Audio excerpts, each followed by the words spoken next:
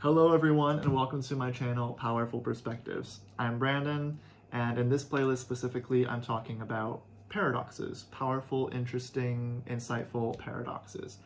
And the one that I want to share with you today is with regards to learning. Have you ever noticed how the more you learn something, the more you know, but the less you feel that you know? I just thought that was a really interesting paradox. And I think it's because oftentimes when we start learning something, we have a narrow view of what is included in that field or in that area of knowledge, in that thing that we're looking at.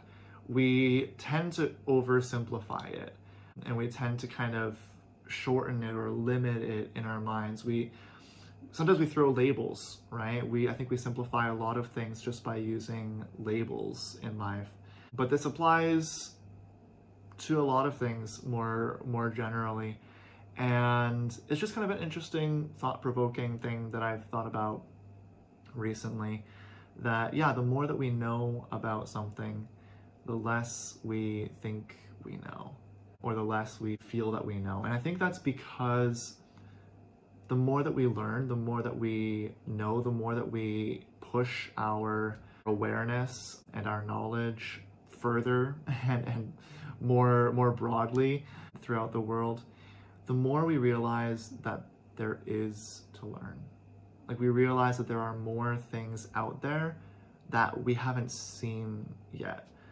I'm trying to remember exactly who it was. I wouldn't be surprised if it was a few people, but there are at least one famous thinker, famous philosopher who said, "I know now that I know nothing," or "I have learned that I know nothing." And this is one of the smartest, wisest thinkers in history who said, "Yeah, I've learned, or I've figured out that that I know nothing." And it's not that he didn't know anything. It's that he recognized, or he saw more clearly, the ratio between what he knows and what he doesn't. More specifically, I would say the ratio between what he knows and what is available to be known, what is available to be learned. I think what he was highlighting there was the very real truth that there is so much to learn. There is so much information that one could gain. There is so much knowledge that one could gain if one had 1,000 million lifetimes. You might not get to know it all still.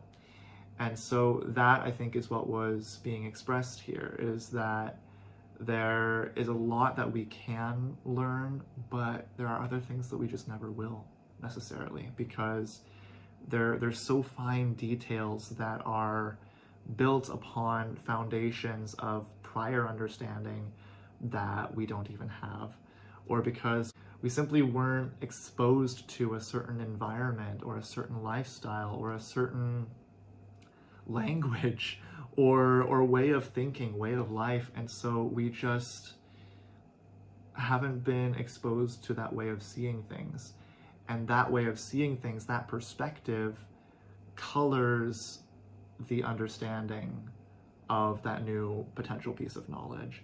So we can grow on that, we can improve what we do know. I think part of the way that we can increase our chances for learning as much as possible is learning different ways of thinking, learning different perspectives, different worldviews, different frames of mind and logic, different philosophies, different ontologies, different epistemologies, respecting the possibility of different epistemologies and their legitimacy. I think all of this can help us to be in a better place to understand more, just because we have more options of systems of understanding to understand things within. But yeah, the more that you learn, the more you discover that there is to learn, the more things there are available to be learned. And the more you learn to see with different eyes, to see through different perspectives, the more you realize how many possible perspectives and how many real perspectives there are out there in the world that can be completely different and yet still work relatively well as a framework for understanding.